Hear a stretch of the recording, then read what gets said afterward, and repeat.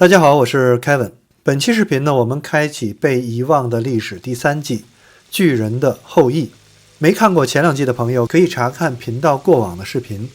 开始前呢，请大家点赞、关注并开启小铃铛，欢迎大家留言。以色列人逃离埃及之后呢，整整40年漂泊在荒凉的旷野中，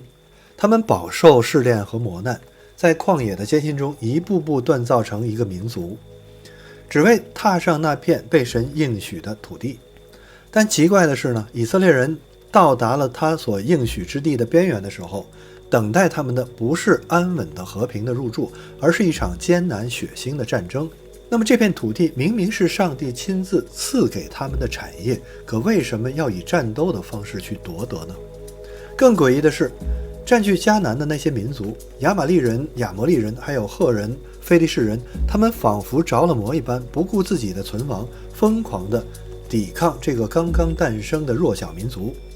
他们彼此之间原来明明是关系紧张的，却在此刻突然一致行动，仿佛签订了一场自杀式的死亡契约，死死地堵在以色列的必经之路上。他们害怕什么，又或是在保护什么？随着战争的推进呢，以色列人逐渐意识到，阻碍他们的不只是这些民族本身，更隐藏着一股更加诡异、更加邪恶的力量。这场战争背后的真相远比想象中更加的骇人，更加古老。那就是被洪水洗去的远古巨人尼非林的后裔，竟依然存在于世，正以另一种面貌悄悄地控制着迦南大地上的每个民族，等待着以色列人的到来。以色列人呢，终于明白，他们所要面对的远远不是普通的战争，而是一场跨越1000年的宿命之战。尼非林为什么会再度现身？他们隐藏了多少不为人知的秘密？他们与这片土地之间又存在着怎样的关联？一切的谜团呢，都等待着我们一步一步的揭开。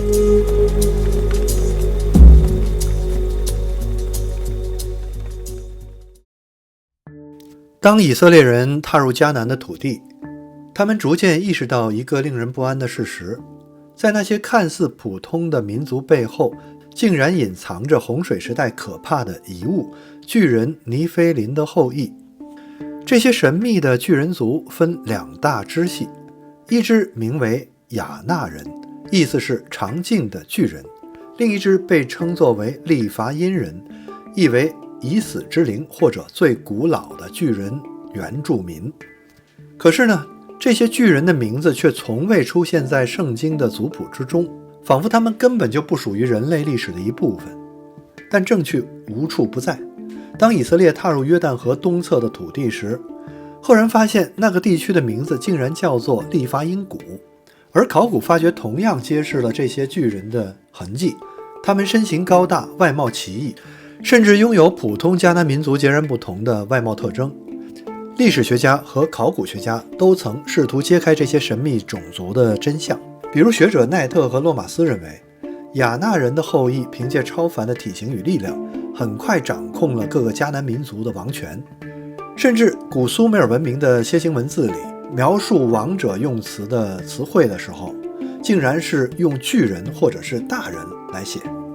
这些无法解释的痕迹和史料彻底颠覆了人们对圣经历史的固有认知。他们究竟来自何方？为何未被圣经族谱记载，却默默地隐藏于历史之中？他们的存在究竟又意味着什么？一股不寒而栗的恐惧与好奇让以色列人意识到，他们踏上的这片土地远比想象中更加危险，也更加神秘。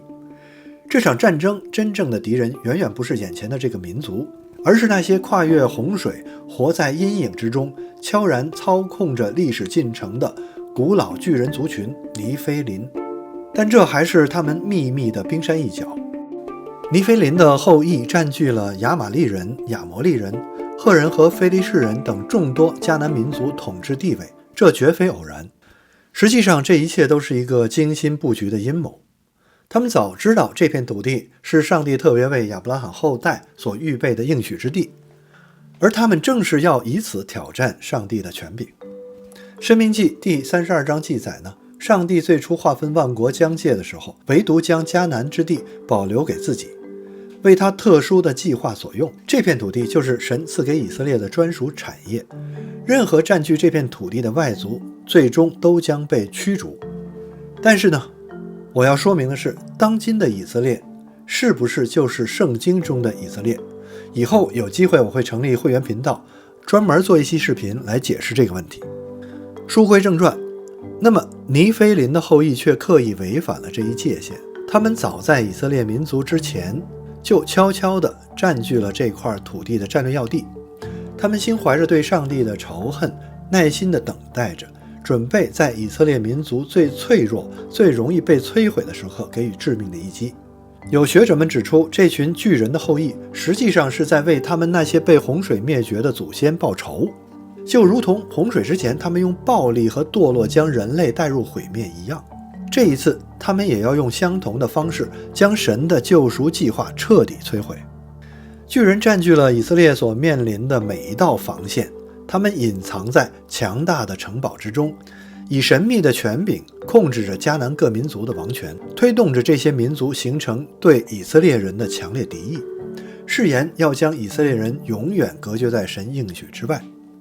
这场阴谋持续了数百年，仿佛是一场洪水之前就已经定下的复仇之局。以色列人面对的不只是血肉之躯的敌人，更是一群拥有千年历史、隐藏在黑暗中的神秘巨人势力。尼非林正是这一切阴谋背后的真正推手。当以色列人真正踏入迦南的时候，他们逐渐意识到，有两个特别的民族尤其显眼地站在了抵抗他们的最前线：亚玛力人与亚摩利人。亚玛力人圣经记载是以扫的孙辈，亚伯拉罕的直系后代。然而奇怪的是，这个民族却如同历史上的幽灵一般，竟然在考古学上毫无踪迹可寻，就像从未存在过一样。学者奈特和洛马斯都曾指出，亚玛力人极可能与更古老的未知巨人种族融合，从而形成了一个极为神秘的巨人混血民族。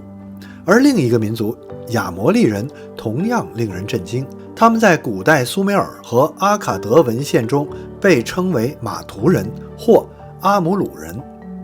被描述成嗜血野蛮的游牧战士，长期盘踞在迦南的山区，食生肉，视战争，甚至被美索不达米亚文明视为近乎野兽的存在。考古证据和历史典籍共同显示，亚摩利人早早就与迦南原住民混居通婚，与亚纳人、利伐因人血脉深度交织，他们逐渐变成了一支血统复杂的巨人族群，迅速掌控了迦南各民族的政权，将整个地区变成了巨人统治下的堡垒。历史学家加德纳曾指出，洪水之后呢，人类曾最初试图建立自己的王权统治，却很快因为混乱而崩塌。随后王权竟重新回到了那些巨人的手中。在苏美尔王表里，这些统治者被形容为自天空而降，他们的统治也被称为巨人之治。也正因为如此，亚玛力人与亚摩利人的统治下的土地变成了尼非林血统繁衍的势力扩张中心。他们凭借庞大的身躯和超凡的战力，毫不费力地统治着周边的民族，并在此形成了一道几乎不可逾越的防线。而如今呢，以色列人要面对的正是这两支拥有千年历史、隐藏在黑暗深处、极度残忍却血统神秘的巨人势力。一场真正的战争才刚刚拉开序幕。洪水过后，人类文明迎来了崭新的时代。可诡异的是呢，洪水并未彻底终结巨人的统治。历史学家加德纳曾指出，洪水后的王权起初是由普通人类在古城基石建立，却很快因内乱和失败而消失。而后呢，一批自天而降的统治者再次出现，接管了王权。这批统治者正是传说中来自洪水前时代的巨人族群尼非林。在苏美尔王表里，这些王者被称为自高处降临的大人，也就是巨人。他们以非凡的力量和体型迅速征服并统治了洪水后的各大文明中心。在迦南之地，这种统治更加明显。亚玛力人与亚摩利人的领袖无一例外都是亚纳人和利伐因人的后裔，他们以绝对的力量主宰了一切，构建了巩固的王权体系，持续了1500年以上。历史呢，在不知不觉中重新被尼菲林所掌控。但一定有人会问，这些洪水前时代的巨人血脉究竟是如何存活的呢？他们又如何在灾难之后迅速重建自己的帝国？古老的犹太传说与经卷似乎给我们提供了一些诡异的线索。巴比伦的塔木德中明确提及，这些巨人统治者是由堕落天使阿撒谢勒及其后代所高立。换句话说，这些洪水后时代的统治者并非纯粹的人类，而是来自天上的力量授予他们的权柄。他们不仅在世间占据统治地位，更象征着一场洪水之前就持续存在的宇宙级叛乱。他们的帝国重生于废墟之上，悄然扩张，遍及迦南的每一处角落。而以色列人即将面临的这帝国背后的2位巨人之王西宏与噩，将是他们真正的考验。当以色列人深入迦南腹地时，他们终于直接面对了传说中的巨人之王西宏与噩。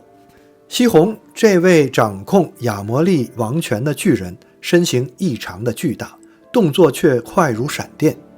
根据犹太传说，西宏本名亚拉德，其含义代表着惊人的敏捷与迅速。甚至有人推测，亚拉德这个名字可能隐藏着他远古的来历，也许他正是洪水前逃离灭绝的巨人之一。当摩西率领着以色列人请求从西宏的领地经过时，这位巨人之王却毫不犹豫地拒绝了他们的请求，并立刻向他们发起进攻。这个举动看似无礼而且残暴，却揭示了西宏更深层的目的，延续先祖尼菲林的古老叛乱，在应许之地设下死亡陷阱，阻止以色列人实现神所预定的计划。然而西宏并非孤立无援，另一位更加神秘且强大的巨人王者噩很快便参与其中。噩是巴山地区的利伐因之王，他被犹太学家约瑟夫斯描述为世间绝无仅有的巨人。不仅身材高大，力量惊人，他更拥有俊美的外貌与绝妙的作战技巧。他的统治地区包括了那座令所有人心生畏惧的黑门山，正是堕落天使曾降临并与人类结合之地。但噩的身份远不止如此简单，犹太传说甚至称噩为洪水之前幸存下来的最后巨人，更指出他正是堕落天使阿撒谢勒的直系后裔，一个跨越洪水逃脱审判的神秘生物。在希伯来神话创世纪之书，学者格雷夫斯与帕塔伊记录了一则令人震惊的传说。噩曾在大洪水时期抓着挪亚方舟的外侧，恳求挪亚给他提供食物，并发誓永远臣服于挪亚的后裔。但噩的誓言呢，并未持久太久。洪水之后，他便再次回到了洪水之前的邪恶之道。当以色列人击败了西宏，噩才终于决定出战。然而即使像噩这样强大的巨人之王，也未能逃脱命运。在与以色列的决战之中，他遭遇惨败。奇怪的是呢，圣经并未明确指出噩在战斗中真正的死去，只是称他为利伐因人最后的余种，并特别提到他那张超过4米长、2米宽的巨大铁床，以此呢留下了一个永恒的谜团。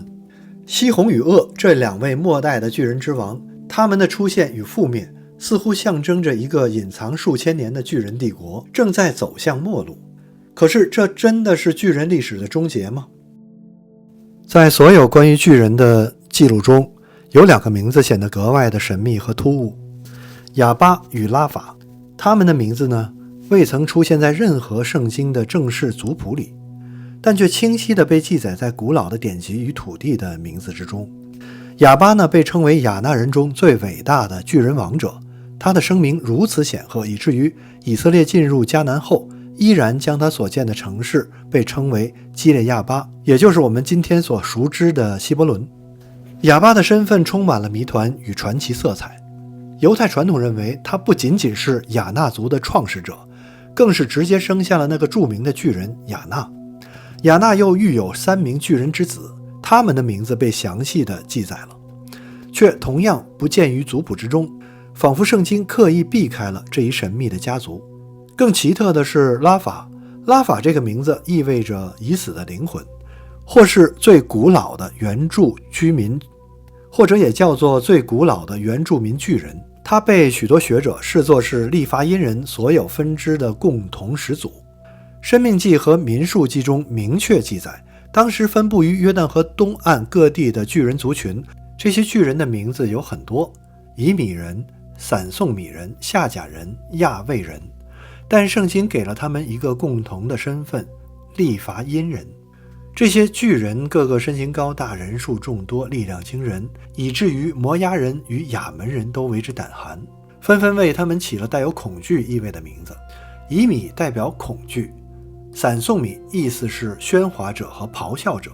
也就是说他们说话如雷鸣，宛如传说中的泰坦和亚特兰蒂斯的战士。而亚卫人则被称为是不洁之人，他们原本居住在非利士人的城市加沙附近，最终被来自加斐托的入侵者所灭。这些巨人呢，被各民族以不同的名字记住，但圣经却清楚地指出，他们全是利伐因人的分支。而利伐因人呢，又被归于一个神秘的祖先拉法。民数记与申命记明确指出，这些巨人身高如亚纳人，与亚南人一样被看作是利伐因人，只是因为族群和语言的差异，被不同的民族称呼不同而已。学者昂格在研究中指出，利伐因这个词本身就带有原住民的意味，他们不像是外来民族那样迁徙而来，而是自洪水之后就一直存在于这片土地上，也许甚至更早。而利伐因人的特征呢，更是令人毛骨悚然。古老文献记载，他们的外貌并不似人类，他们的皮肤粗糙多毛，眼睛像蜂蜜般发光，有的甚至长着蛇一般的头骨，带着异样的光辉。人们称他们为闪耀者。在古埃及，这类族群被称为 Uvim， 意思是蛇形者，擅长分辨土地是否肥沃。